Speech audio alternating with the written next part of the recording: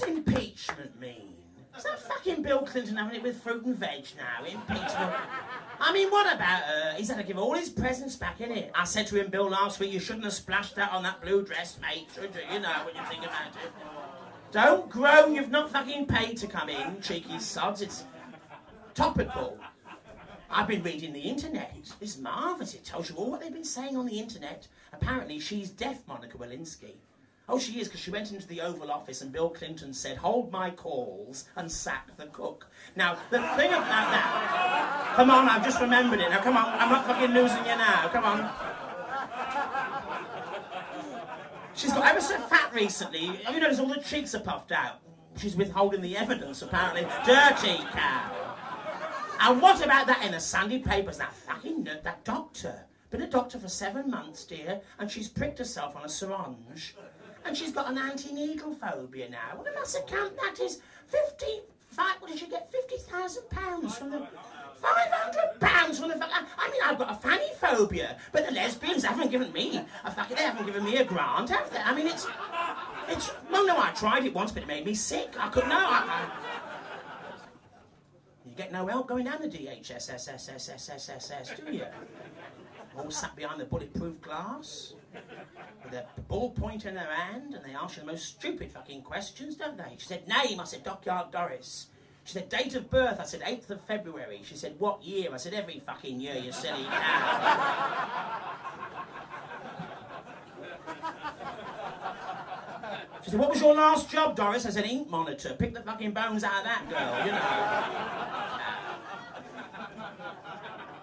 She said, take the next job on this card. I said, where is it? You've got to take the next job whether you're qualified or not. I said, where is it? She said, Whitehall. I said, what's it doing? She said, working for a Greek fella called Spiros Sophocles in his fish and chip shop. So I got the car up to Whitehall and I broke down just outside Whitehall. I couldn't believe it. All of a sudden, I sort of, got round to the front of the car and lifted the bonnet up, and I'm there, and suddenly this geezer ran out from his house and started taking the wheels off. I said, what are you doing, mate? He said, well, if you're having the fucking battery, I'm having the tyres, girl, you know. This is in Whitehall. Monday night, this fella taught me how to batter the fish. Then he taught me how to dip the chips. Eh? Thank you. Well, you haven't paid to come in, dear. It's called Actors Known, love. Don't worry about that. Oh, I've heard this one. That's fucking nice, so what? You're bored. How do you think I feel after fucking 31 years of doing it every fucking It gets on my fucking nerves. They sit there, oh, I've heard this, big fucking deal. It's like when you're on the train, I'm on a roll now, I'm okay. It's like when you get in a taxi and the window goes back, you think, oh no, he wants to speak, and you don't want to talk, do you? It's like if you're on the train and you say, oh hello, and they say, what do you do for a living? You say, well, I'm a comedian. And they say, tell us a joke. Always say, tell us a joke. I mean, if you're on the train and you said to this man, what do you do for a living? And he said, I'm a gynecologist. You wouldn't say, would you mind looking at my wife's minge then? You really wouldn't do that. But it's the hypocrisy of it all. So, oh, we've fucking heard that. About 5 weeks ago, I was at the Queen's Arms. Now, I was in the afternoon, I was at that marvellous place called Leg Ends. And I went on there, and I was on with my lovely friend, John Bruson, and we opened up with a song called thank you, called Maybe This Time, because it was about the Connex South Western trains. It was up the wall. And then, when I got to the Queen's Arms in the evening, there's a Queen at the front there, and I opened up, because I was with that lovely Tim Nail, Tina Moist, and we opened up with Things Look Swell, a totally different song. And because they're away in America, the owners, I opened up with about America. And this Queen at the front said, exactly the same as this afternoon. It wasn't exactly, I opened up with totally two different... They see the name on the fucking board. If they don't fucking like it, walk on fucking by, dear. They must look in the papers and say, where's that fat cow working next week? We'll go and give her a bad time.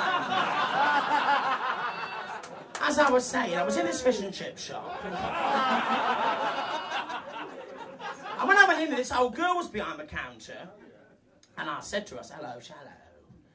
I said, could I have the Sound of Music, please? Pardon? I said, could I have the Sound of Music? She said, no. She said, this is a fish and chip shop. I said, so Snow White and the Seven Dwarfs is out then, is it? She said, it's a fish and chip shop. I said, so you haven't got the Guns of Navarone then, dear? She said, look, are you deaf? I said, no. This is a fish and chip shop. We sell fish and chips. I said, so, you know, 7 Deadly Sins is that then? She said, look, we fucking sell fish and chips. I said, well, could I have 50 pence worth of chips and a fish called Wanda? And she said, you're the new girl, ain't you? I said, yes. So she said, well, come behind the counter. And she taught me how to batter the fish and dip the chips. And she left me on my own. And Monday night it was all right. And Tuesday night it was raining like it does in Whitehawk. And Wednesday night this little boy come in, little typical boy from Whitehawk, about 6 years of age. And he spoke in that lovely way they do when they come from Brighton and Whitehawk. And he opened the door and his little face lit up and he went, "Oi, missus! This a bag of chips, you fat cow." I said, ain't you got no manners? He said, what do you mean? There was a big dewdrop hanging off his nose, you know. I ate that. Went to my grand's funeral 2 weeks ago. That was upsetting because the man, the undertaker, he was cutting the boiled ham and there was a big dewdrop hanging off his nose and it was getting longer and longer. And you know when you get boiled ham with that bit of jelly? Oh, no. No, it put me right on. And it's salty as well. You don't know whether it's the right fucking stuff, you know. It's like when you go for an internal examination, ladies, you know, and the doctor lays you on the bench and puts your legs in the stirrups. You're always facing a door that's open, ain't you know? And people walk by and go, "Oh, hello, Doris." And you don't know what pair of fucking lips to answer them back with, do you, you know? Anyway, I said to him, "Ain't you got no manners?" He said, "What do you mean?" I said, "Look, there's nobody else in the shop. It's raining outside. I'll teach you some manners. You can't go through life." "What are you now, 6?" He said, "Yeah." I said, "Well, come around the counter, stand there, and I'll pretend to be you, and you can pretend to be me."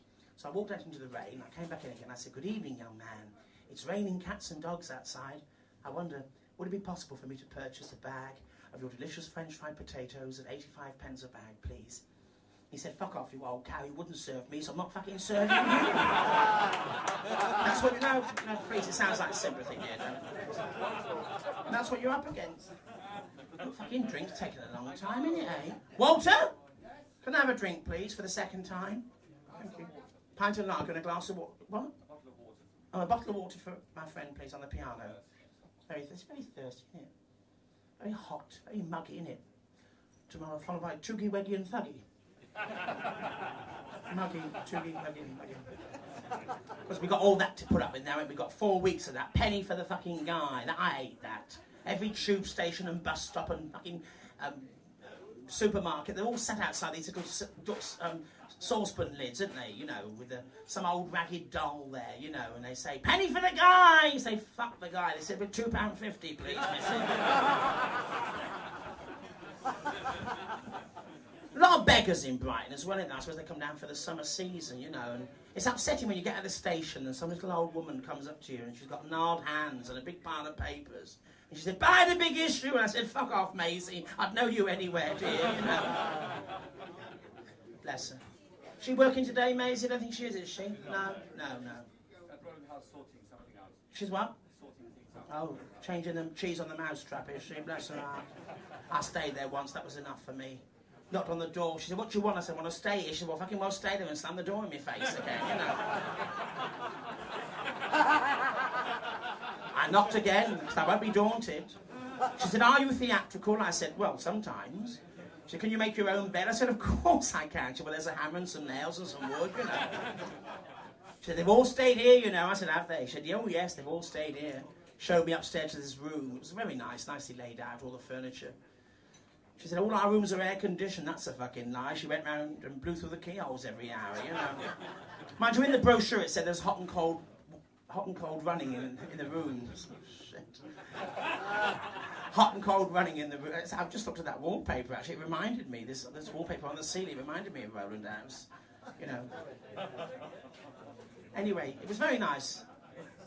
In the morning I went down to breakfast and she came into the breakfast room and said, "Do you like cornflakes?" I said, "Yes, please." She said, "How many do you want?" Mind you, you could have as many mushrooms as you wanted. You just pick them off the back of the car's door when you're having a shit.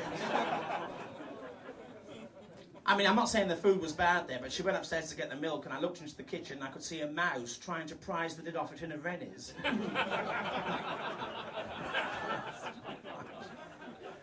Phil Starr stayed there once. She said, "Oh, fucking hell, dear." She said, "The room I stayed in, even the flowers on the wallpaper were dead, girl," you know.